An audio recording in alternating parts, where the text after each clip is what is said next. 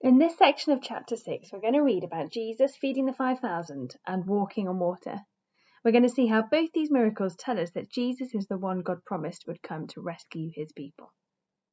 It's Passover time again, and crowds of people were following Jesus, but only because they'd seen the signs and healings he'd performed.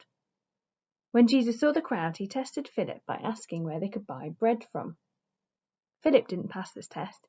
He hadn't got who Jesus was yet, and thought it'd be impossible for Jesus to feed all these people. Andrew had understood a bit better though, because he pointed out a boy with 5 small loaves of bread and 2 fish. The crowd of over 5,000 sat in groups, and Jesus gave thanks for the bread and fish and shared it around. Everyone ate as much as they wanted, and there were 12 huge baskets of bread left over. When the people saw the sign that Jesus performed, they rightly recognized that he was the one God had sent to rescue them. But they wanted to make him their earthly king, which wasn't what Jesus wanted, so he took himself away to a mountain. Later that evening, while Jesus was still not with them, the disciples went out on the big lake and rowed 3 or 4 miles. There was a strong wind and the water got rough. And then they saw Jesus walking on the water towards them. They were frightened, but Jesus said, "It is I," and they took him into the boat, which immediately reached the shore. So there are loads of clues in this passage that Jesus is the promised rescuer. Loads. In Isaiah 11, God had promised a rescuer who would rescue in a similar way to how God had rescued his people from Egypt. He promised a new Exodus.